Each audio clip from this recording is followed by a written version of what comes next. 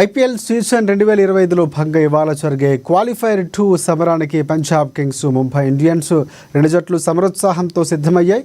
ఈ మ్యాచ్లో గెలిచే జట్టు మంగళవారం జరిగే ఫైనల్లో రాయల్ ఛాలెంజర్స్ బెంగళూరుతో తలపడనుంది. గుజరాత్ టైటాన్స్తో జరిగిన ఎలిమినేటర్ పోర్లో అద్భుత విజయం సాధించిన ముంబై జట్టు ఈ మ్యాచ్కు ఆత్మవిశ్వాసంతో సిద్ధమైంది. ఇక బెంగళూరుతో జరిగిన క్వాలిఫైర్ 1లో ఘోర పరాజయం పాలన పంజాబ్కు ఈ పోరు సవాల్గా మారింది. ముంబై వంటి బలమైన జట్టును ఓడించాలంటే పంజాబ్ సర్వం వట్టి పోరాడక తప్పదు. ముంబై మాత్రం కీలకమైన ఈ మ్యాచ్ గెలిచి టైటిల్ పోరుకు చేరుకోవాలని తహతహలాడుతోంది. ఇక ప్రధానంగా ఈ స్టేడియం 2015 నుంచి ముంబైకు కలిసి రావట్లేదు అన్న ఊహాగానాలతో కూడా కొంత గందరగోళం ఉన్నా ముంబైదే విజయం సాధించబోతున్నట్లు చెబుతున్నారు.